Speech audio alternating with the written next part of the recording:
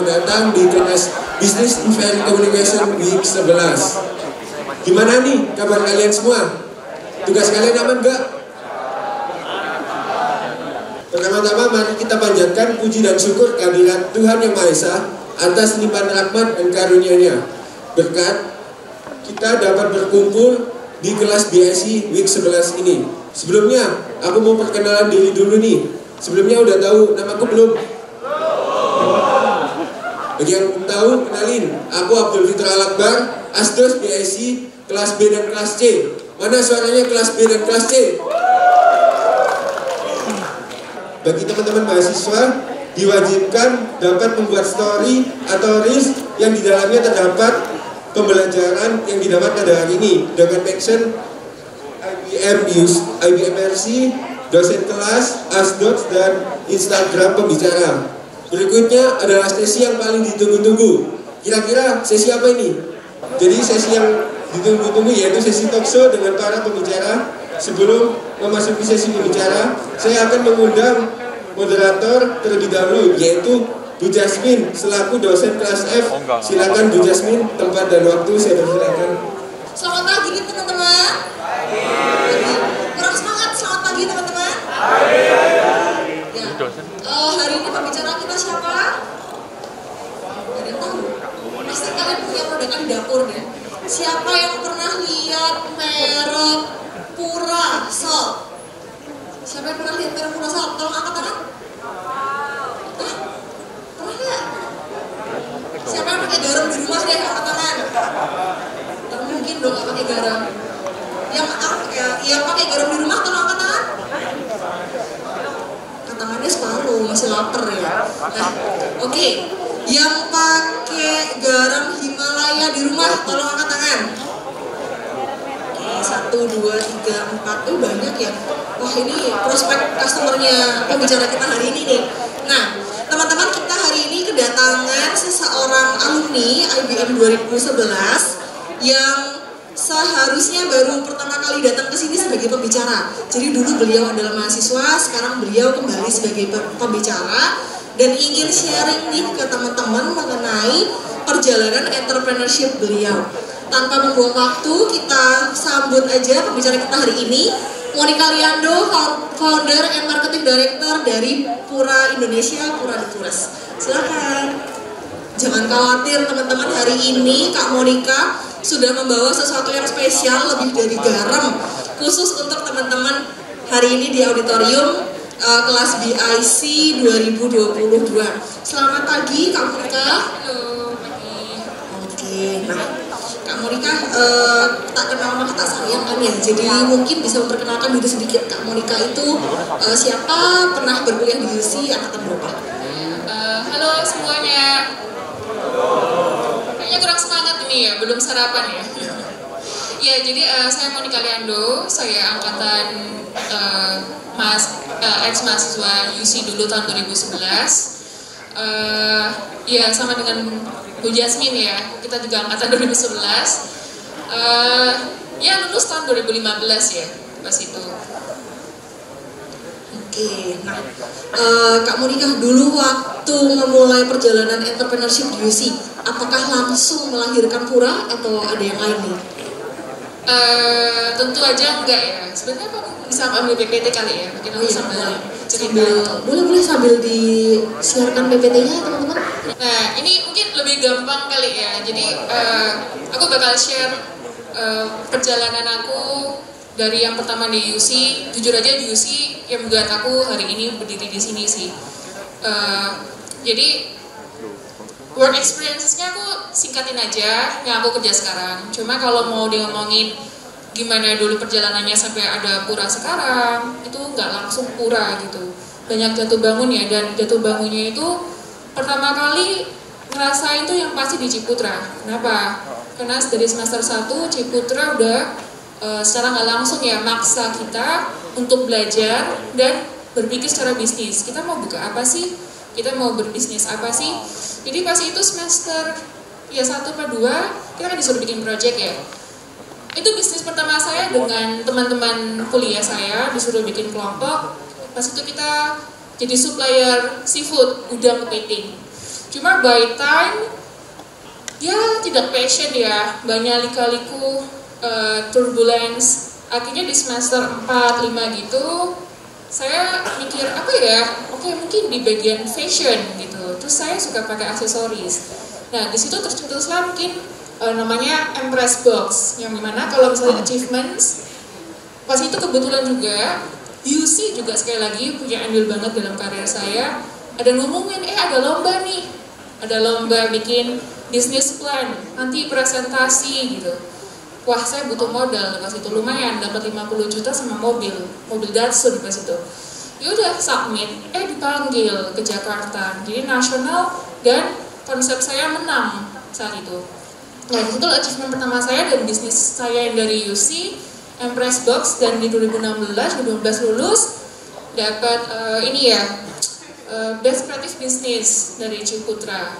Cuma by time ini sekilas kayak Empress Box ya, cuma lumayan pas itu dibantu UC banget. Nah ini pas itu menang nih, terus banyak disupport Ciputra juga sampai ketemu Bu Junita Ciputra, itu adalah anaknya Pak Ci pas itu di Inacraft. Di Inacraft pun pas itu dibantu sama Ciputra, pas itu Ciputra bondong-bondong ke Jakarta, mahasiswa berbagai prodi ya, buat pameran, dan akhirnya ya itu banyak achievement ya. Lalu kenapa nih kok kelihatannya bisnisnya oke, tapi abis itu ganti ke Pura gitu. Ya kendalanya saat itu adalah saya single founder, saya bekerja sendiri, terus ya susah gitu loh kalau single founder itu. Nah akhirnya masuklah ke Pura karena problem dari yang saya alami sendiri. Nah, sebelum saya masuk ke jelasin kenapa bisa ke Pura, saya pengen tanya nih ke Bu Jasmine ataupun adik-adik ya di sini ya teman-teman. Pernah nggak dari kalian yang pernah tiba-tiba ke dokter gitu ya, didiagnosa punya tumor? Ayo, ada nggak? Atau mungkin ini kali ya, kenalan. Kalau dari saya sendiri untungnya puji Tuhan belum ya. Cuman kalau dari kenalan memang adalah yang tiba-tiba terdiagnosa ada tumornya. Iya. Nah, jadi kebetulan pas itu tahun 2017 awal, saya pas itu memang dari didiagnosa itu ternyata ada tumor payudara gitu loh. Cuma memang untungnya bukan cancer, cuma kaget banget lah ya. Terus kan kayak sedih gitu loh. Kalau takut lah ya. Cuma pas itu dokter bilang nggak masalah, ini bukan berbahaya, bisa curable. Tapi Monica harus pay attention sama apa yang Monica makan gitu loh. Harus benar-benar perhatiin healthy lifestyle pas itu. So pas itu aku benar-benar ganti pola makanku. Cuma di Indonesia itu sulit banget buat aku ke supermarket cari produk-produk yang memang natural gitu loh. Dari situ tercetuslah, kok bukan kita aja yang ciptain gitu. Kenapa harus beli dari luar terus? Bisa next.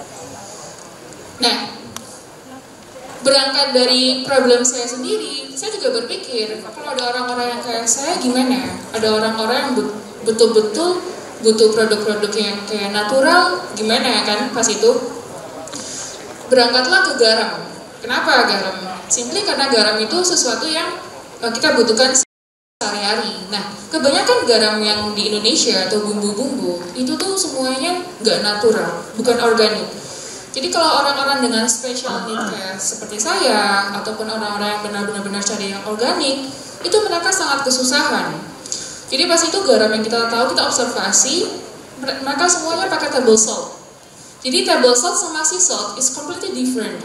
Kalau sea salt itu organic, natural. Jadi yang kita temuin, table salt. Table salt itu high in process, bisa kalian Google. Berarti bukan yang organic, natural. Terus mereka masih pakai kayak anti gumpal. Jadi kalau kalian lihat garam yang benar-benar flow-nya kenceng, itu pakai anti gumpal, which is itu memang udah buatan supaya bisa flow kayak gitu. Terus ada bau yang kurang enak gitu kan. Nah dari situ akhirnya terus-teruslah Pura, kita konsepnya simple, benar-benar pure gitu. Pura itu dari kata-kata pure. Jadi solusi kita menyediakan garam organik yang tidak berbau, tidak pakai anti caking, nggak ada tambah-tambahan lainnya, dan unrefined, tanpa rafinasi. Yang kita tawarkan saat itu adalah kayak change your soul, change your health, and change your life. Kenapa garam? Yaitu karena kita pakai sehari-hari, kita ganti pola makan kita sehari-hari, dan garam adalah essentials kan untuk di hidup kita gitu. Nah dari situ berkembanglah Pura dari garam ke perbumbuan, bumbu masak. Kenapa? Ya pasti kan kalau kalian juga pada masak atau Bu Jasmine juga masak kan, ya pakai bumbu lah ya, nggak cuma masak cuma garam doang, kasihan banget ya masak cuma pakai garam. Jadi kita juga masuk merambah ke bumbu pengganti MSG, yang mana benar-benar 100% juga natural gitu. Bisa next. Nah mungkin ini ada satu video ya tentang kayak campaign kami dan pengaplikasian produk Pura. Dulu ya. Premium nih berarti. Karena ini bukan Pura ya, ini ads-nya numpang lewat. Setelah ini baru Pura.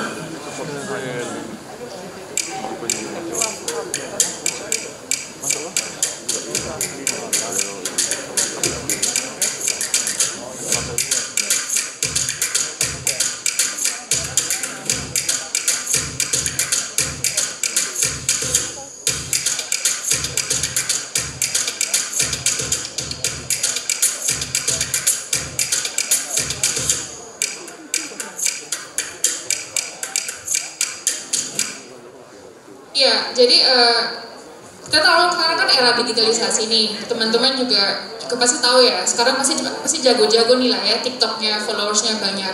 Jadi penetrasi Pura saat itu adalah kita sebagai solusi gitu loh untuk masyarakat, dan kita sangat gencar mengkampanyekan pola makan sehat secara digital. Jadi ini salah satu campaign kita yang menjelasin, kalau makan sehat itu bukan berarti nggak enak gitu loh, tapi makan sehat juga bisa enak, dan Pura adalah jawabannya. Bisa next. Nah, udah ada masalah nih, masalah dari diri saya sendiri, dari sekitar saya. Solusinya adalah ini yang kita tawarkan Pura. Lalu kira-kira siapa sih yang bakalan kayak beli Pura gitu loh? Apakah cuma orang-orang seperti saya? Dari situ kita riset, mulai cari tahu kan. Siapa sih yang sangat care sama pola makan, yang paling punya decision power dalam belanja kebutuhan rumah tangga itu siapa? Jadi kita punya 3 persona ya. Persona tuh kalau teman-teman tahu ibaratnya kalau kita lagi PDKT nih ya, cari pacar gitu. Kita nih punya siapa ya? Kita punya tipe tuh kayak apa gini yang kira-kira kita mau targeting nih, kita punya PDKT-an. Jadi persona satunya kita tuh adalah ibu-ibu muda yang adult sama punya anak pas itu. Karena kenapa? Ada pola tren di mana memang bukan pola lah ya. Naluri seorang ibu pasti pengen kasih yang terbaik untuk anaknya. Pengen pasti kasih yang baik-baik lah, apalagi masih kecil, makanya jangan macam-macam, jangan yang ya buatan-buatan gitulah. Lalu yang pasti orang-orang yang peduli sama pola hidup sehat, orang-orang berolahraga, yang pengen diet gitu loh, yang jaganya dimakan banget. Dan yang ketiga, persona ketiga adalah yang orang yang special need, yang seperti yang pada saat saya pertama tuh yang saya butuhkan, gimana mereka sangat avoid artificial ingredients atau produk-produk yang nggak natural gitu.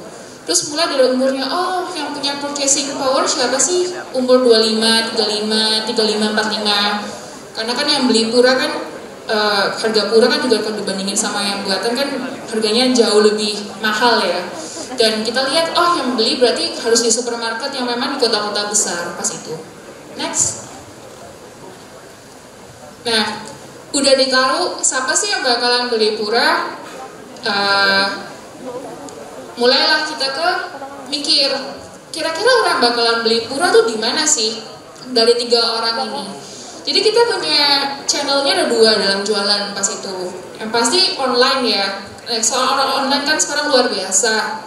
TikTok punya TikTok Shop, Instagram di zaman itu juga hype banget. Jadi kita kenalin produk Pura secara online. Lalu kita masuk juga ke offline 2 tahun lalu ke supermarket. Nah, Tapi supermarketnya juga kita benar-benar pilih, jadi nggak sembarang pilih gitu. Karena balik lagi ke personanya kita yang pertama, ya, siapa sih yang bakal beli Pura gitu kan? Purchasing powernya seperti apa? Jadi yang kita masuk adalah mereka supermarket yang memang middle to middle up. Jadi kayak kalau ke Jakarta mungkin tahu Food Hall, Rans Market, Surabaya seperti Papaya, Hoki, kayak gitu. Bisa next. Nah, apakah jalannya semuanya mulus? Ya enggak ya. Pasti ada turbulence, jatuh bangun. Jatuh bangunnya adalah pada saat kita ke pameran atau pada saat mengenalin produk Pura gitu. Ada yang tanya, jadi pas itu produk pertama kita tuh Himalayan Salt gitu. Terus ada yang tanya, ini jualan susu strawberry ya gitu. Soalnya pas itu nggak umum ya, tahun 2017-2018 tuh pada nggak umum Himalayan Salt. Ini jualan susu strawberry, oh bukan, ini gini-gini. Loh kok harga kamu mahal? Kita jelasin lagi kan. Tapi beruntungnya orang-orang yang beli Pura di awal adalah mereka-mereka yang sudah terbiasa tinggal di luar negeri. Udah terbiasa dengan healthy lifestyle, healthy eating, mereka beli produk-produk dari luar, ataupun ada anak mereka yang tinggal di luar negeri sekolah. Jadi gedenya kita itu semakin sekarang itu word of mouth. Jadi banyak yang merekomendasikan. Ya, it took years buat kita sampai di sini, tapi itu challenge terbesar kita untuk kayak convince orang, oh belilah Pura. Bisa next. Nah, ini kayak achievementnya, kayak so far dari yang challenge besar itu apa sih yang bisa kita rasain? Ya puji Tuhan banget tahun ini 2021 semua ya, yang kita gedein platform digital, ngenalin produk Pura. Kita udah mulai kerjasama sama sosok-sosok yang memang nasional seperti Chef Arnold, istrinya Chef Arnold dan anaknya. Terus kita juga kerjasama sama professional chef kayak Chef Matteo. Dan juga ada influencer-influencer yang memang kita bikin acara bareng. Pas itu kalau di Surabaya kita ada acara sama F45. Jadi itu mengkampanyekan kayak gaya hidup sehat kalau harus aktif bergerak karena part of value-nya Kurnia Pura gitu. Bisa next? Ya, ini kalau dari yang saya kerja, dari yang UC sampai yang sekarang, sekiranya ya apa sih yang bisa dipetik dari perjalanan saya? Kita nggak usah ngomong bisnisnya ya, karena bisnis pasti ada jatuh bangun. Tapi kalau yang bisa saya petik adalah karakter di sini. Jadi yang perlu diingat nomor satu, it's a marathon not a sprint. Jadi teman-teman di sini semester 1 ya, semester 1. Kalian perjalanannya masih panjang. Mesti ingat, nggak ada yang namanya sukses instan. Harus banyak belajar. Ada dosen-dosen di sini. Kalian bisa tanya, UC punya banyak koneksi, punya banyak platform, gunakanlah itu.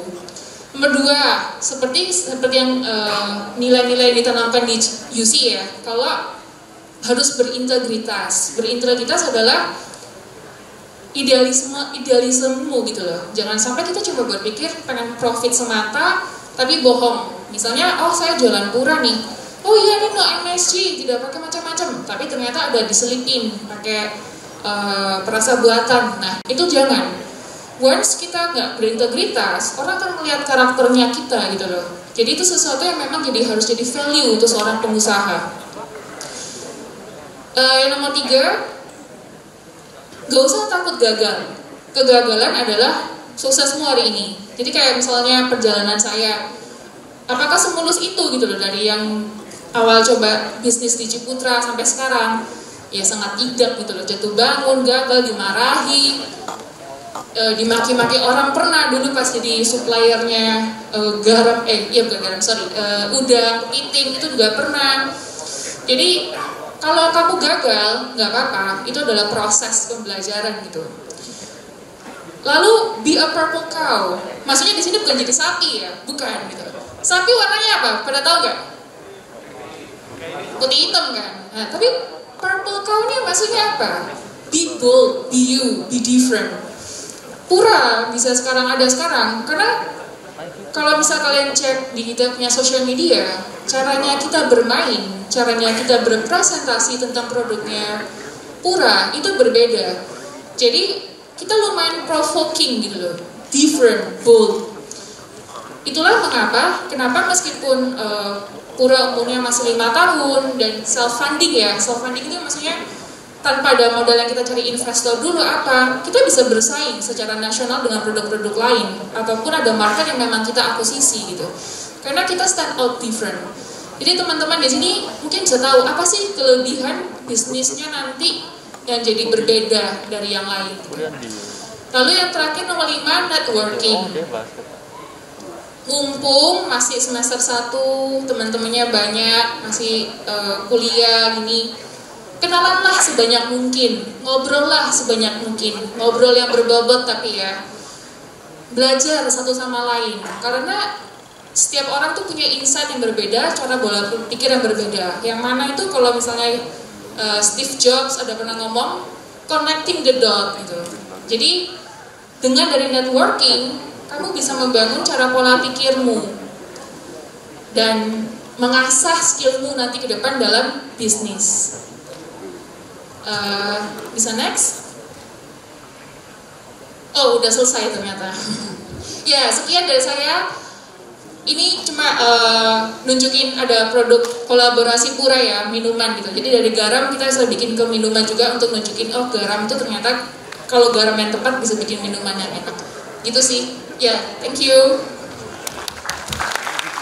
Kita kasih applause buat Kak Monica. Lebih kencang dong, ilmunya banyak, applause-nya dikit. Lebih kencang teman-teman applause-nya. Enak ini baru spiritnya mahasiswa semester 1 Universitas Ciputra. Jadi kan kita sudah dengar ada banyak nih insight dari Kak Monica. Sudah dikasih tahu ternyata bisnis itu nggak mungkin sukses instan. Kalau ada yang sukses instan, hati-hati teman-teman. Sukses itu bertahap, pasti akan gagal dulu, baru nanti sukses. Kemudian perjalanan entrepreneur juga sudah sangat panjang, dan saya yakin teman-teman di sini juga akan menempuh perjalanan entrepreneur yang panjang juga. Mau nggak teman-teman jadi entrepreneur? Entrepreneur tuh nggak lepas teman-teman. Entrepreneur tuh semangat. Mau nggak jadi entrepreneur? Oke, dimulai dari pertanyaan yang kalian submit dulu. Sebelum saya membacakan pertanyaan, ternyata Kak Monica ini sudah menyiapkan sesuatu yang spesial. Jadi hadiah yang akan kalian terima ditentukan dari pertanyaan yang kalian kirimkan. Mau nggak dapat hadiah? Dapat angpau? Angpaunya berupa? Angpaunya berupa garam dan bumbu. Iya, dia bakal kepake buat teman-teman yang masak di rumah, atau kalau nggak masak dikasih ke mamanya, karena produk Pura semuanya organik, bener ya, tidak overclaim, organik. Oke, saya akan memanggil teman yang sudah menyampaikan pertanyaan dan saya pilih pertanyaannya. Gabriel Jesslyn Pramono dari kelas A. Gabriel Jesslyn, tolong berdiri. Gabriel Jesslyn kelas A. Oke, Gabriel bener yang nanya ya? Bener nih? Nah, saya minta maju ke depan panggung dong. Gak maju gak dapat hadiah loh. Gak dijawab juga pertanyaannya. Oke, sambil menunggu Gabriel naik ke panggung, Gabriel ini bertanya ke Kak Monica, bagaimana cara meyakinkan konsumen untuk membeli sebuah produk? Karena konsumen kan sudah terbiasa menggunakan garam biasa nih, harganya juga lebih murah. Nah, cara Kak Monica meyakinkan konsumen untuk beli Pura itu gimana? Iya, thank you Gabriel. Thank you Gabriel udah nanya ya. Next question ya. Jadi ini buat teman-teman juga nih misalnya. Kalau nggak salah aku pernah lihat ya, kayaknya ada narasumber juga yang di Ciputra tuh pernah tulis price lebih kecil daripada value, kalau nggak salah ya. Dan itu sama yang kita tanamkan di Pura. Jadi kalian mesti ingat, winning in business itu nggak selalu tentang masalah harga. Kalau misalnya kalian cuma fokus ke harga, sebenarnya kalian bunuh diri kalian sendiri. Kenapa? Kita lihat peperangan kayak aplikasi-aplikasi ya, ada si hijau, ada si merah gitu kan. Mereka sering main di harga. Nah, terus gimana caranya supaya misalnya kita nggak melulu main-main di harga gitu loh. Tapi yang bisa convince customers untuk beli. balik lagi ke yang tadi, segmentasi.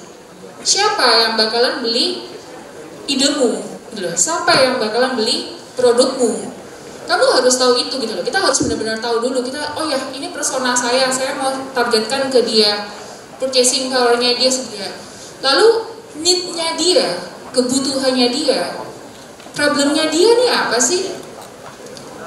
Problemnya dia adalah dia butuh produk organik, dia butuh produk-produk natural, dia butuh yang sehat untuk dia dan keluarganya. Dari situ, itu value yang Pura sampaikan terus-terusan dan kita kampanyekan, oh ini loh, ingredients-nya kita 100% natural. Jadi kita pas itu jelasin ke mereka, coba dulu, kita bandingin langsung head to head. Makanya ikut pameran-pameran gitu kan. Dan dari situlah orang tahu, oh Pura berbeda. Nah makanya word of mouth juga, dan mereka merasa, mungkin banyak yang bilang produk Pura mahal, tapi banyak yang bilang with this quality Pura is affordable. Jadi kayak oh ini murah, karena biasanya mereka kalau beli garam di luar negeri itu ratusan ribu, tapi yang kita provide pas itu 42 sampai 59. Jadi seperti itu sih, harus tahu value dari bisnismu, apa yang kamu tawarkan, apakah kamu sudah menjadi problem solver untuk calon customer. Seperti itu sih. Menjawab Gabriel. Ada yang mau nanya lagi? AFL 3 tentang apa? Tentang apa? Ada yang mau ditanyakan ke Kak Monica sebelum turun? Pemalu banget dia. Kenapa? Pemalu ya, lucu. Introvert ya? Ya. Oke, terima kasih Gabriel. Thank you, Gabriel. Gak ada. Terima kasih sudah menjawab gak? Ya, oke. Nah ini angpau dari Kak Monica untuk Gabriel. Iya, angpaunya. Masak nggak? Kamu masak nggak? Ayo nanti yang tanya-tanya aku kasih hadiah. Thank you ya. Iya. Thank you Gabriel. Oke, nggak saya tanya-tanyain lagi, udah bisa relax. Sudah dijawab pertanyaannya. Berarti ini ya Kak Monica ya, positioningnya harus jelas, value-nya harus jelas, baru itu yang dilempar ke target market, betul ya? Iya, betul. Jadi teman-teman kalau misalnya sekarang lagi dikasih tugas sama Ciputra nih, harus ngapain? Ya, kamu harus tahu dulu gitu. Problemnya apa sih di masyarakat ini atau di sekelilingmu yang bisa kamu jadi problem solvernya. Begitu teman-teman. Jadi kalau memang target marketnya atau customer itu tidak bisa membeli, ya strawberry mangga apel, mohon maaf tidak level ya. Carilah yang sesuai dengan positioning. Iya. Oke, nah selanjutnya pertanyaan kedua dari gimana ya, udah saya pilihin padahal.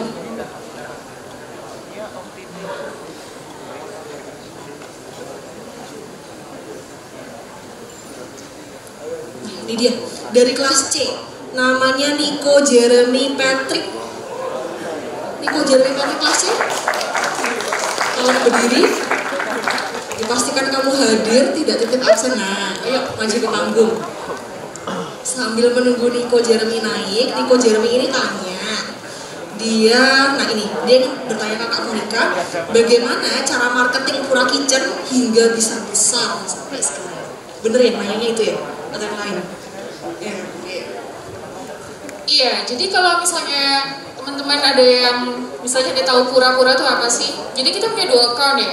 Ada Pura Indonesia as a brand, yang itu benar-benar kita kasih tentang produk, terus informasi-informasi kalau promo dan sebagainya.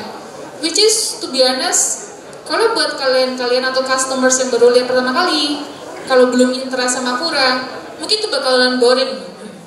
Makanya muncullah Pura Kitchen, yang mana memang itu platform masak-memasak, pengaplikasian produk Pura, yang memang kita tujukan untuk orang-orang yang suka masak. Terus gimana nih cara bisa besar? Ya nggak gampang ya, itu juga butuh tahunan gitu loh. Kayak mungkin teman-teman kalau misalnya punya TikTok atau Instagram atau mau jadi selebgram, pasti juga berpikir gimana ya caranya aku punya fans banyak gitu. Karena kita brand, strategi awal kita adalah dengan ads, advertisement di Instagram. Ads di Instagram ataupun di platform is very powerful, tapi kita juga harus benar-benar pintar gitu loh dalam mengolah. Yang kedua, kita harus konsisten dalam konten. konten value-nya kita apa yang mau kita tawarkan. Jadi pas itu Pura Kitchen sampai sekarang sih, itu nawarin adalah resep-resep yang sehat, enak, mudah dibuat. Jadi kita konsisten terus bikin konten itu, terus-terusan, dan di-ads-kan, dan kita attract orang-orang yang memang suka masak, cari resep-resep rumahan yang sehat, cari resep-resep yang simple. Akhirnya ya banyak yang follow gitu loh, dan besar. Cuma karena kontennya kita juga konsisten, dan jadi balik lagi, problem solver untuk kita punya audience, itu pun kalau misalnya di save, kalau kalian lihat Instagram kan bisa save ataupun di share ya, itu pun ribuan. Jadi satu post itu bisa ribuan save dan ribuan share. Dari situ juga banyak traffic untuk orang-orang datang ke Pura Kitchen untuk follow. Jadi konsisten dalam konten dan juga gimana pintar-pintarnya kita memasarkan dari account tersebut. Kayak gitu. Jawab pertanyaannya. Mau nanya lagi? Enggak. Gak apa-apa kalau mau tanya. Udah cukup. AFL 3 kamu kenapa? Iya pasti semua problem. Problem apa? Aduh, kerja nggak nih? Oke, ada yang mau ditanyakan ke Kak Monica tentang AFL 3?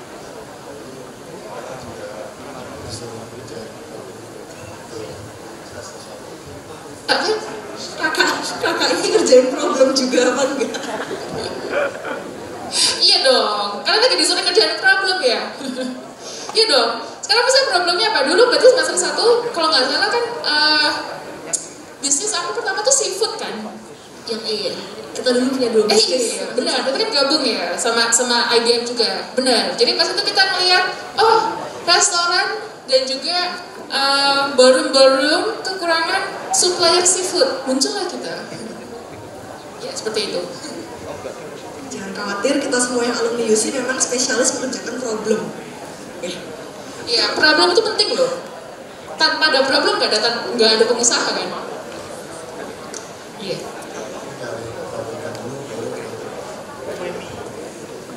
Iya, ini pertanyaannya bagus sih.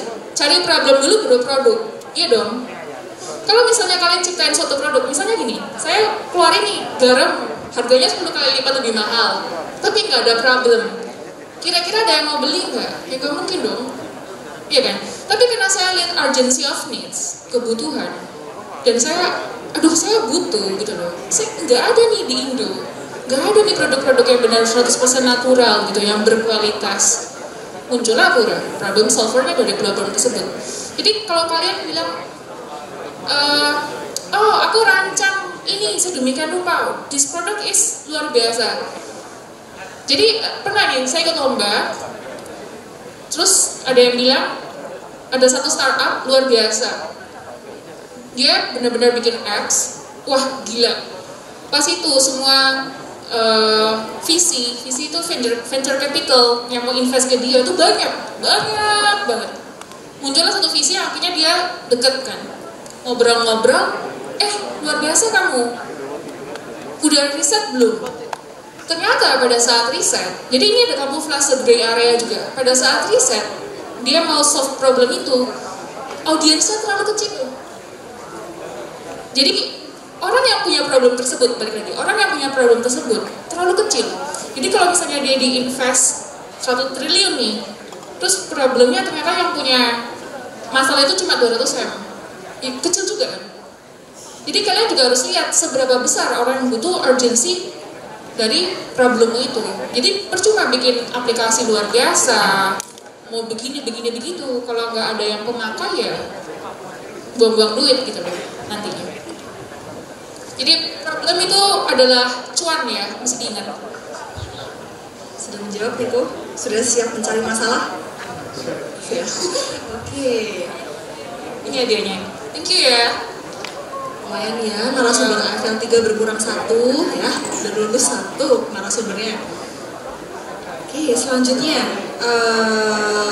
nextnya ada, saya langsung baca pertanyaannya dari kelas E. Kelas E di mana nih posisinya? Kelas E? Kelas E angkat tangan? Kelas E di tengah. Oke, pas di tengah. Yang bertanya adalah Michelle Lenora Hartanto. Michelle ada? Michelle Lenora atau Michelle Inora ini? Michelle dari kelas E. Wah, kalau kamu nggak berdiri, nggak turun, nggak dapet angpau, nggak dijawab juga pertanyaannya. Yuk silahkan turun Michelle. Oke. Nah, Michelle ini pertanyaannya paling realistis dari semua pertanyaan yang masuk. Dia nanya, Bu Monica, apa yang harus diprioritaskan bagi mahasiswa, kuliahnya atau pengembangan bisnisnya, dan bagaimana cara Ibu mengatur jadwal, mengatur waktunya? Jadi ini konteks pertanyaannya sambil bekerja sambil berkuliah ya? Iya betul. Boleh jujur apa enggak? Iya, well, ini. Jadi saya tuh pas lulus baru sadar kalau pendidikan tuh sangat penting banget. Tapi gimana sih cara ngatur waktu gitu kan? Sebenarnya bisa sambil dua-duanya ya. Karena kalau misalnya kita kerja tanpa ada ilmu, percuma juga. Kita nggak punya amunisi lah ibaratnya. Kita kuliah di UC kasih sesuatu yang teoritis textbook, which is jangan kalian coba berpikir, oh bisnis tentang praktek, teori nggak penting. No, itu bullshit. Enggak. Teori itu bisa dipraktekkan, dan teori itu memang harus dipraktekkan. Tanpa teori kita nggak bisa berpraktek. Gitu. Jadi pas itu gimana saya ngatur waktunya pas di UC, jujur saya pakai 3 kali jatah bolos saya buat kirim udang dan kepiting. Pas itu bisnisnya udang dan kepiting ya sama teman-teman.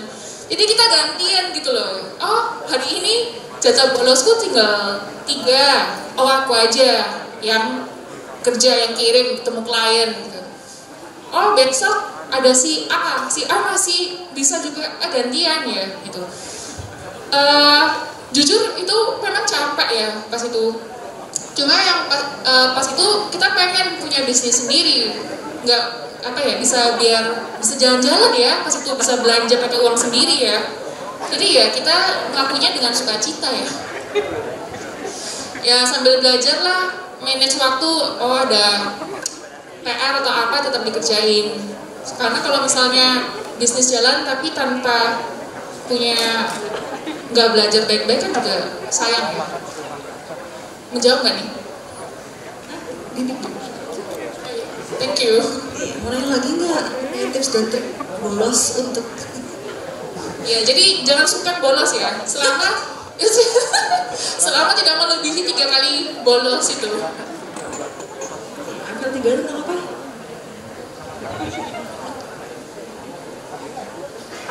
Iya, pokoknya siapa yang ditanya? Ada yang mau ditanya ke Kak Monica tentang FL3? Nggak ada ya, sudah mendapatkan narasumber sendiri. Thank you. Thank you Michelle ya. Aku kayak sempet kelas Bagi apa ya? Jangan khawatir teman-teman, kita semua, saya, Kak Monica, dosen-dosen yang alumni UC juga punya jatah yang sama seperti kalian, yaitu 3 kali bolos.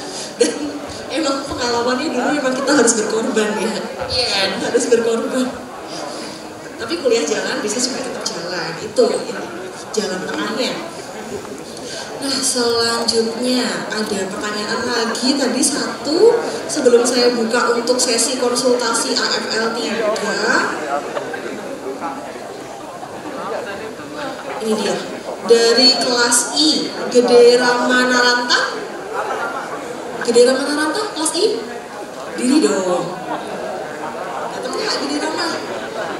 Oke, silahkan turun dan ke panggung. Gede Rama ini dia bertanya, ini paling realistis juga di antara yang lain. Dari mana mendapatkan modal awal membangun pura? Langsung nanya aja, duitnya dari mana? Permodalan tuh macam-macam ya. Bisa self funding, bisa juga dari investor. Kebetulan kalau pura itu self funding. Sekarang kan mungkin teman-teman juga pada nggak tahu ya, sekarang kalau misalnya taunya kalian tuh pada heboh visi nggak sih? Venture capital investor gitu. Oh, oke. Jadi kalau pura itu adalah modal awal. Kenapa kita nggak pakai investor? Saya juga pakai investor ya. Tadi udah ngobrol ya sama Bu Jasmine ya. Pura ada pakai investor nggak gitu? Kebetulan kita nggak ada, karena kan produknya Pura tuh kita harus benar-benar pegang nilainya ya. Kalau misalnya kita pakai investor atau apa, ya takutnya kan ada cawe-cawe yang apa gitu. Tapi kalau misalnya pakai modal sendiri, ya itu juga ada komitmen ya dalam bekerja. Jadi kalian mesti pikir dulu, kira-kira ini bisnis bakal gede pakai modal sendiri dulu atau pakai investor dulu ini. Kalau misalnya kurang modal ya bisa pakai investor. Tapi kalau misalnya udah cukup nabung dengan dana yang terbatas ya harus pinter-pinter nih ngatur duitnya gimana. Begitu. Saya suka nih nanya-nanya banyak nih, mumpung ada narasumber. Iya, boleh. Total tim, jujur, saya tidak menganut kalau orang bilang bisnis yang besar, karyawan ribuan. Saya nggak menganut itu, menurut saya itu ribet. Karena kenapa? Manajemen SDM itu nggak gampang. Kita udah punya problem, udah punya masalah untuk ngembangin bisnis. Ngurusin orang itu sulit. Jadi cita-cita saya omset triliunan, karyawan seminim mungkin, kalau bisa 50 lah. Jadi Pura sekarang 20 orang. Gitu. Total. Sudah bercita-cita mengerjakan bisnis seperti Pura ya? Sudah ada? Boleh dong konsul dikit-dikit. Mumpung ada narasumber, udah ikut Gojek Accelerate. Nah, iya makanya. Pakai.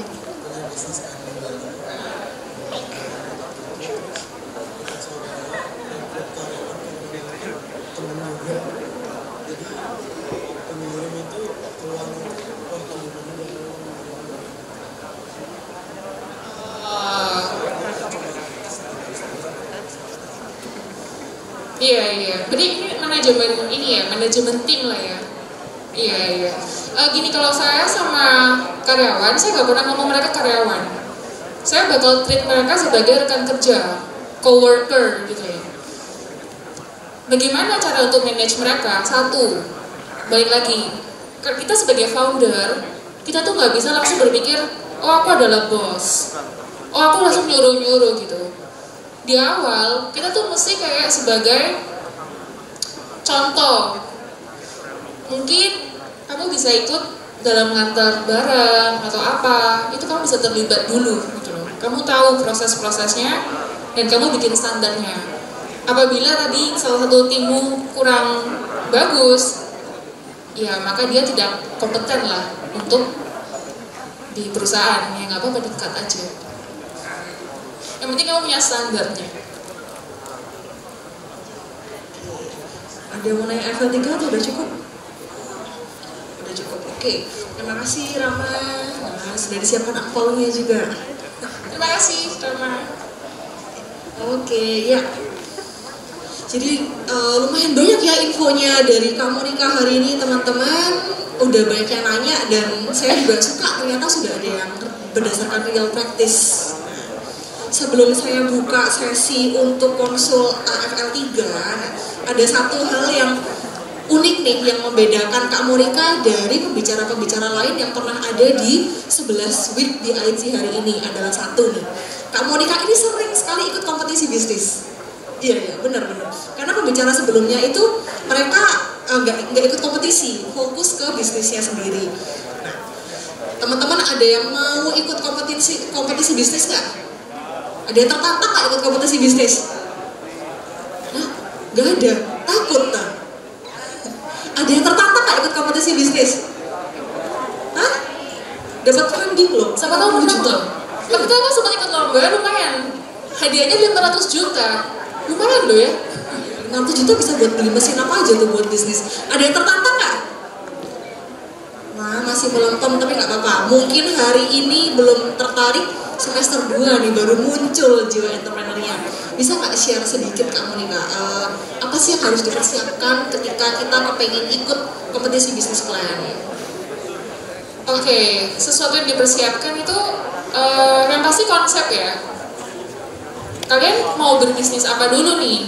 Benar-benar harus tahu hulu hilirnya. Jadi hulunya pertama awalnya balik lagi kayak tadi pertama. Berarti semua start dari problem ya? Iya, start dari problem dulu. Sampai nanti ke bisnis plan, udah belajar bisnis plan ya harusnya ya? Semester 2. Oh semester 2, oke. Jadi di bisnis plan itu kan macam-macam. Kalian harus benar-benar tahu, riset, observasi, problemnya apa, gimana caranya aku bisa establish bisnis dan sustainable untuk jangka panjang. Itu harus kalian presentasi ini ke juri. Jadi nggak cuma, wah bisnisnya luar biasa, problem solver, tapi financialnya atau permodalannya ternyata kacau gitu kan. Tapi yang pasti mau ngomong langsung expert di awal enggak ya, karena aku dulu juga kayaknya mau di ngomong pintar enggak juga gitu loh. Tapi konsep Pak As itu. Jadi saya benar-benar tahu kalau aksesoris saya ini diperuntukkan untuk siapa, gitu kan? Konsepnya apa, problem solvingnya apa. Jadi pas itu yang dilihat juri, wah ini bisnisnya oke nih, keren nih, bisa kita kasih modal untuk sustain. Jadi teman-teman kalau misalnya mau ikut bisnis apa dan sebagainya, gak usah takut dulu. Tapi yang penting kalian juga harus tahu konsep, bagaimana cara memasarkan, dan bagaimana nanti presentasi gitu. Terus kalau tadi Bu Jasmine bilang ikut lomba terus, emang kenapa gitu ya misalnya ya, kok ikut lomba banyak. Jadi sebenarnya saya ikut lomba itu bukan gara-gara apa ya, butuh modal sih sebenarnya. Benar-benar butuh modal. Saya tipe yang kayak lumayan kan dapat modal gitu kan. Tapi yang saya belajar itu kalau ikut lomba, jadi teman-teman masih semester 1, lomba itu bukan cuma lomba-lombaan, enggak. Balik lagi ke poin nomor 5 saya, networking. Ada hari ini, itu karena juga banyak kenal sama mentor-mentor dari lomba. Banyak orang-orang hebat di sana, juri-jurinya luar biasa. Kalian bisa ngobrol sama mereka, kayak aktif cari ngobrol sama mereka gitu. Dan itu pun bisa kasih banyak insight. Jadi selain ya kalau nanti hoki menang kayak saya, ya dapat insight juga banyak dan dapat mentor, dapat koneksi, gitu. Bisa belajar banyak.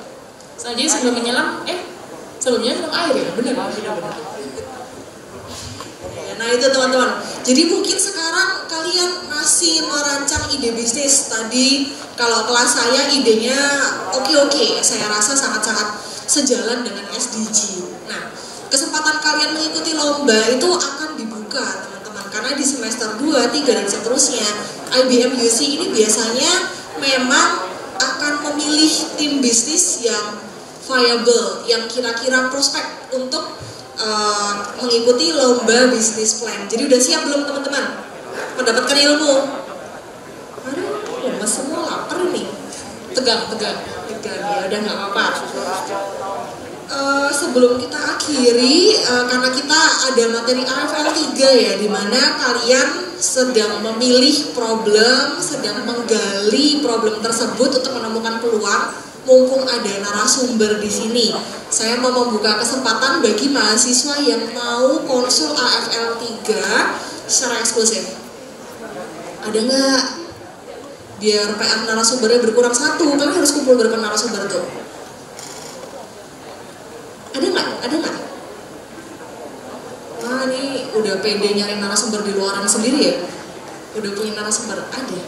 Oke, silakan dari kelas. Kamu angkat tangan tuh mau konsul atau mau ke toilet? Oke.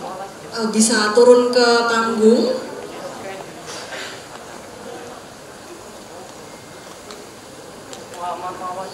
Jadi dia calon entrepreneur sukses. Karena entrepreneur itu biasanya nggak tahu malu. Emang harus nggak malu.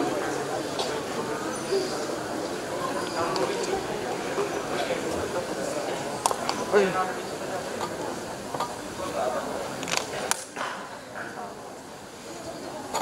dari request yang turun 1 kelompok gak boleh diwakilin. Teman kamu mana? Dipanggil supaya kamu gak sendirian. Ya, panggil dong. Dipanggil pakai mic aja, namanya satu-satu. Ini yang teknologi ya, bukan kamu familiar deh. Kamu yang AFL 3 teknologi, AFL 2. 3 teknologi. Ya bener ya, familiar, bener nih sama entrepreneur nih. Teman-teman kamu mana dipanggil dong? Oh jangan yang mau turun, dipanggil satu namanya. Iya lah. Hah? Kamu nggak? Masya, Hadi, Hafiz, Family. Teman satu kelompok. Ayo, yang merasa teman siapa namanya sih? Yang merasa teman satu kelompoknya Jose. Ayo turun.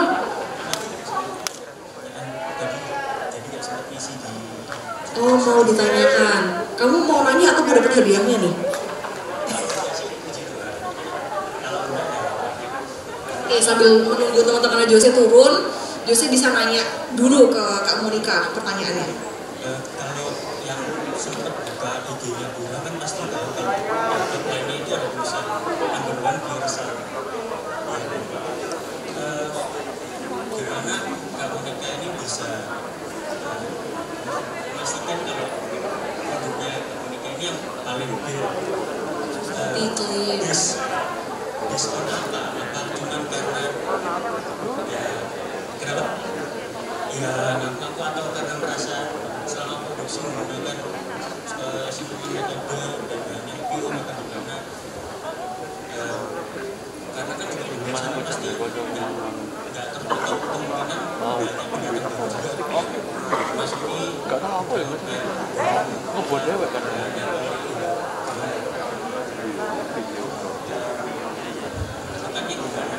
Oke, jadi pertanyaannya itu adalah kok bisa sih kita bilang Pura the purest ini the purest salt nih ya. Nice question ya. Jadi yang seperti Pura yang benar-benar detail sama bisnisnya, sama produknya. Kalau misalnya kita benar-benar lihat itu hampir nggak ada gitu. Kenapa? Karena kan kita sama pabrikasi kita kerjasama. Jadi garam Pura itu bukan yang cuma langsung plain, purest gitu, enggak. Kita bilang rich in minerals, itu enggak cuma gimmick. Tapi kita benar-benar setiap produksi, setiap batch produksi, kita punya internal lab. Jadi pabrik itu punya internal lab untuk ngetes kandungan dari garam tersebut. Yang kedua, selain internal lab, kita pakai third party. Third party itu adalah independent lab. Jadi kalau misalnya kalian tahu independent lab untuk ngetes kayak gitu ada Sukovindo, ada Saraswati. Nah, kita pakai mereka untuk menghasilkan memang garam Pura memang apakah mengandung mineral-mineral yang kita klaim itu? Iya. Apakah garam misalnya yang udah diproses, kalau kita tahu rafinasi itu apakah muncul mineral seperti itu? Enggak. Berarti itu udah diproses. Untuk bilang kayak ini garam benar-benar organik dan pure, ya harus kait akan mineral kan, dan juga food safety. Nah itu yang selalu kita tes berkala. Kalau misalnya ada customer kayak misalnya kayak tadi kan bertanya, apakah dia benar-benar pure, apakah ada buktinya? Ya biasanya kita kasih hasil tes itu. Iya gitu.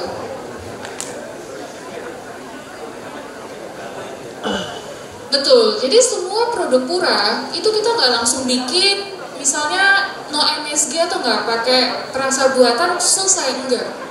Jadi kita benar-benar tes, selesai produksi kita berkala tes gitu loh, untuk ini tidak mengandung timbal misalnya, timbal itu biasanya di laut, kalau organik itu harus dites.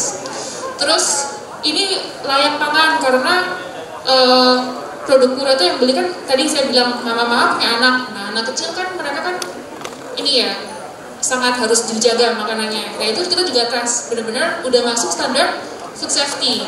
Jadi kita measure memang kayak ISO, ada sertifikasi ISO apa dan sebagainya. Nah disitu memang udah dijaga sih memang integritas.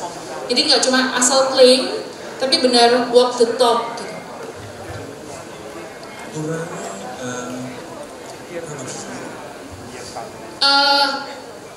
Kita punya partner sama pabrik. Jadi Pura ini kita fokus sama brand, building the brand untuk produksi, untuk misalnya resep-resep apa dan sebagainya, itu kita yang pegang sendiri. Jadi kita memang punya R&D sendiri yang kita kerja sama-sama pabrik. Kalau di era sekarang ini kan banyak usaha-usaha yang dia cuma ambil doang asal Trading berarti ya. Kalau di luar itu ada namanya trading kan kalau di kelas juga. ada yang trading, bahkan sekarang ada startup di bidang teknologi dan lain-lainnya. Sedangkan misal terlepas value-nya apa, mau menyelesaikan masalah apa, itu bisa juga diselesaikan dengan dua trading atau startup. Kenapa kok Kak Monica tetap mau memulai bisnis ya? Ya kalau harganya kan susah, harus memperhatikan lagi, harus memastikan produk dari produksi gimana hasilnya. Kenapa kok tetap akhirnya produksi? Oke, ini nice questions ya. Ini balik lagi, mereka udah masuk ke bisnis model kanvas belum ya? Belum, semester 2 itu. Oke. Sayang banget, aku nggak share bisnis model kanvas. Jadi awal-awal Pura itu aku sama partner kita pakai bisnis model kanvas. Gak mau ribet pakai bisnis plan dulu, karena bisnis plan itu tebel. Kita lihat, jadi bisnis itu kan macam-macam. Ada yang trading, ada yang based on brand. Brand itu mungkin kita lihat kayak Nike apa dan sebagainya, bikin campaign, bikin apa dan sebagainya. Tapi kalau misalnya trading lebih gampang gitu ya maksud kamu? Karena saya awal-awal semester 1 udah coba trading kan, bukan itu brand juga produksi si seafood itu kan. Trading itu kalau buat saya ribet karena price war, very price war. Jadi hari ini misalnya saya ambil kepiting 1 kilo harga 200.000, besok jadi 140, rugi nggak tuh? Rugi, gitu loh. Dan kalau kalian punya, jadi kalian harus tentuin dulu, kalian mau bisnisnya yang apa? Building a brand atau trading? Karena ini caranya tuh berbeda gitu loh. Build bisnisnya sangat berbeda. Permainannya juga sangat berbeda. Kalau misalnya kamu akan pikirin trading, sekarang kamu harus berpikir, apakah aku akan menang cuma murah-murahan, harganya harus murah, atau aku bisa kasih value added lain, misalnya, oh aku jualan baju nih misalnya ya, sablon baju, tapi servisku lebih cepat. Aku bisa hari ini pesan, nanti sore jadi, tapi hargaku 110.000 lebih mahal, 10.000 naik. I think orang juga bakalan willing gitu loh, untuk bayar lebih. Kalau saya sih tipenya suka bangun brand, karena ada value added dan gak ribet gitu, mikirin, aduh harus banting harga. Oke, nah baru mau saya cut sebelum berubah menjadi personal coaching session. Oke, nah last question sekarang, kelompok kalian sudah di sini. Apa pertanyaan kalian untuk Kak Monica terkait AFL 3? Langsung aja konsul.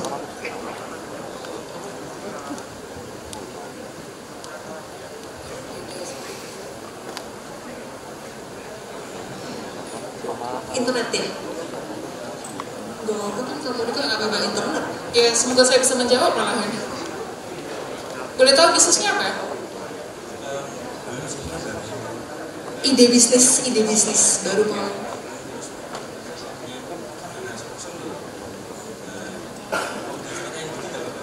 Ya nggak apa-apa, saya suka diceritain.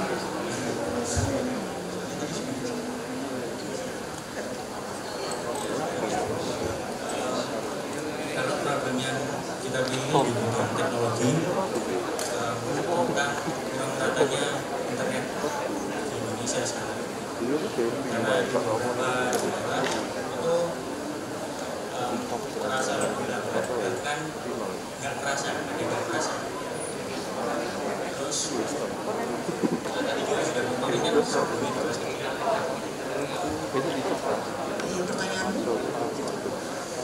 pertanyaan apa ya? Jadi konsumen nih.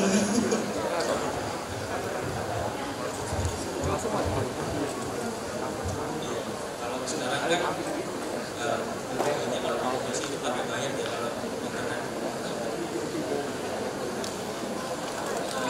Yang sekarang pakai kabel fiber buat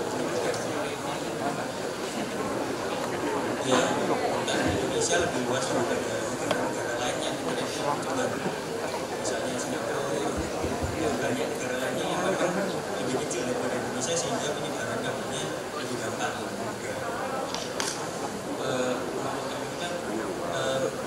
Buat menyelesaikan masalah ini dibuat jadi suatu solusi. Mungkin penyebarannya itu, tapi kan kalau itu kan pasti kalau kabel fibernya disebarkan di Indonesia Indonesia benar-benar merata, itu kan pasti memakan biaya yang lebih banyak. Kita mikirnya adalah solusi pertama wireless, entah itu pakai device lainnya untuk memperpanjang jangkauan atau nanti ada solusi lain. Itu menurut Kak Monika layak buat diperjuangkan apa enggak? Ya viable apa enggak gitu kalau mau bisnis internet. Balik lagi ya, kita mau bisnis sesuatu memang harus start dari berapa, tapi kita juga harus lihat kira-kira kompetisinya siapa ya, kita bersaing sama siapa. Kira-kira kalau misalnya kita punya kompetitor ini, apa yang bisa bikin kita berbeda? Atau jangan-jangan kita masuk di red ocean nih. Maksudnya apa red ocean? Yang ditawarkan kompetitor yang udah existing sama kamu sama. Kalau misalnya ternyata kamu nggak ada bedanya sama kompetitor, nggak make sense dong. Iya kan, kayaknya lebih kayak buang-buang waktu gitu. Tapi kalau misalnya ternyata yang aku tawarkan sama juga nih sama kompetitor, tapi kompetitor mainnya di Jawa. Kalau aku pengennya ambil market di luar Jawa, misalnya luar pulau. Luar pulau bisa nggak kita ke sana dengan modal kita bangun platformnya gitu. Kalau misalnya kalian riset dan itu reliable, go for it. Tapi kalau misalnya investasinya terlalu besar untuk misalnya ya ini contoh ya untuk luar pulau terus butuh dana besar dan nggak worth it, ya maka harus diganti ya kayaknya. Tapi selama yang kamu tawarkan itu belum ada yang punya, ya bisa kamu coba. Jadi dilihat lagi apa namanya, dasarnya itu worth atau enggak buat diperjuangkan. Risetnya berarti jadi saya sederhanakan ya dengan bahasa ini. Jadi yang penting adalah kamu harus riset dulu. Riset ke satu, calon customer. Riset kedua, calon kompetitor. Kalau ternyata kamu bisa menyediakan sesuatu yang dibutuhkan customer dan belum disediakan kompetitor, ada gap yang bisa kamu penuhi, why not? Gitu ya, bener ya? Betul. Oke, sudah. Nah ini dia. Oke, terima kasih teman-teman. Semoga bisa membantu AML3-nya. Nah, sebelum kita tutup sesi hari ini, ada satu kelompok terakhir. Satu kelompok betul ya. Yang mau konsul, silahkan.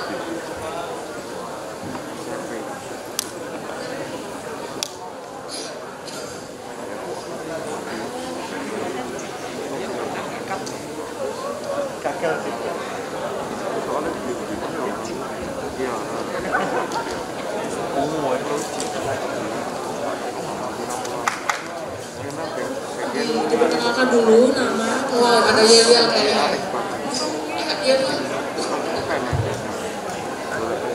Selamat siang semuanya, kami dari kelompok 4 kelas A dan seperti yang telah kalian cek di dalam grup angkatan masing-masing, di situ kan udah tertera nih, ada si Harleko yang tadi mengirim G-Docs atau G-Form mengenai UC Secret Card. Itu ialah bisnis dari AFL 3 kami. Jadi apa sih itu UC Secret Card? Kalau kalian udah familiar dengan Medverse, ya itu ialah bisnis kami, di mana kami akan mengirimkan pesan atau curhatan kalian melalui Instagram yang gak hanya untuk sekedar pesan, tetapi juga dapat berupa lagu, dan di akhir bulan akan ada recap Medverse of the Month, seperti itu. Mungkin ada pertanyaan dari teman kami. Dari bisnis yang telah kami buat ini kan itu berawal dari sebuah masalah. Kami melihat kami sudah menyebarkan survei juga, tapi memang datanya masih belum kuat. Nah, kami melihat ada sebuah solusi, ada sebuah masalah itu kebanyakan mahasiswa UC itu kesulitan untuk baik itu mengungkapkan perasaan atau mau ngomong sama orang-orang yang nggak mereka kenal. Nah, kami ini berusaha untuk membuat solusi di Instagram. Kita membuat akun, jadi mereka bisa mengirimkan pesan secara anonim kepada orang yang mau dituju melalui kita sebagai perantaranya. Nah, kita itu mau bertanya pertanyaan gimana agar cara bisnis ini itu dibutuhkan sama anak-anak UC. Ya, itu pertama, terus kedua agar kayak bisnis ini bisa sustain itu kayak gimana. Kita itu niatnya kayak setiap post, setiap postingan, setiap mereka mengungkapkan satu kali itu kita ada kasih fee, dan itu udah disebar di Google Form dan kebanyakan mahasiswa itu setuju gitu. Jadi hitungannya setiap postingan. Iya, menarik ya. Sebenarnya kan saya dengar menarik sih. Ini mungkin mirip-mirip dulu Facebook nggak sih? Iya kan ya. Iya, kalau Facebook itu sosial media yang satu sama lain saling kenal. Tapi kalau yang ini kayak pengen nanya tapi anonymous gitu ya, antara UC ya. Buat sustain, kalian risetnya ke IBM doang atau Semua jurusan. Oke, udah riset. Kira-kira satu pertanyaan mereka willing untuk bayar berapa? Sekitar range-nya untuk saat ini dari 2.000 sampai 5.000. Willing to pay-nya mereka sekitar segitu. Oke, kalau mau ngomong sustain, itu kan berarti kan jangka panjang. Berarti sebenarnya marketnya kalian, kalau misalnya kalian mau gedenya gimana? Karena marketnya kalian cuma Ciputra. Unless kalian bisa bikin suatu beda cara gedenya, misalnya udah dari UC aku mau ke sekolah Ciputra, gampang aja bikin platform untuk kayak mereka, ataupun mahasiswa kali ya. Tapi kalau misalnya universitas luar susah ya ini kayaknya. Sustain itu bisnis bisa grow. Balik lagi ke kalian, apakah bisnis kalian bisa grow nggak? Kalau konsep ini applicable buat cuma di Ciputra dengan harga 5.000, terus di UC ada berapa orang? Katakanlah ada 5.000 mahasiswa, 10.000 mahasiswa, 10.000 ya katakanlah ya. Maka revenue yang kamu dapat kalau semuanya aktif cuma 50 juta per bulan. Nah, apakah itu bisa menghidupi kalian berlima 50 juta itu per bulan? Kalau semuanya mau tanya, kalau misalnya kayak kalian pengen ini bisnisnya pengen berkembang lebih luar biasa, maka kalian harus berpikir apps ini nggak bisa, atau platform ini cuma nggak bisa di Ciputra doang. Kita punya pengen ini jadi apps atau aplikasi yang bisa dipakai seluruh Indonesia misalnya, atau seluruh dunia. Menurutku sebenarnya bagus sih sebenarnya, tapi kalau mau startnya dari Ciputra sih ya nggak apa-apa gitu. Cuma ya itu, untuk sustain ya kalian harus berpikir jangka panjang, visioner. Gimana caranya apps ini bisa dipakai sama banyak orang. Anyway, kalau bikin kayak gitu sebenarnya revenue nggak harus dari berbayar sih. Kalau punya apps ya bisa dari advertisement kan. Iya. Ya kayak gitu sih, harus tahu dulu sih seberapa besar kalian punya target market. Sudah menjawab pertanyaannya. Terima kasih, maka sudah selesai juga sesi konsul dan Q&A. Sesi narasumber juga sudah mau habis. Sebelum kita tutup, saya mau tanya satu kata pamungkas dari Kak Monica. Ada satu, tolong Kak berikan satu closing statement untuk mahasiswa BIC yang akan memulai perjalanan entrepreneurship-nya. Gak usah takut lah ya, relax aja, gak usah berpikir terlalu jauh, harus bisnis yang harus ini itu enggak. Lihat aja sekitarmu sih, kira-kira apa sih yang bisa kamu solve. Yang ingat yang penting kalau yang dari saya itu adalah integritas ya, karena integritas itu akar dari segalanya lah. Oke, terima kasih. Nah, dengan closing statement ini maka berakhir juga sesi narasumber week 11 kita. Kita berikan tepuk tangan sekali lagi untuk Kak Monica atas insight-nya luar biasa. Saya akan mengundang Pak Tanto untuk menyerahkan sertifikat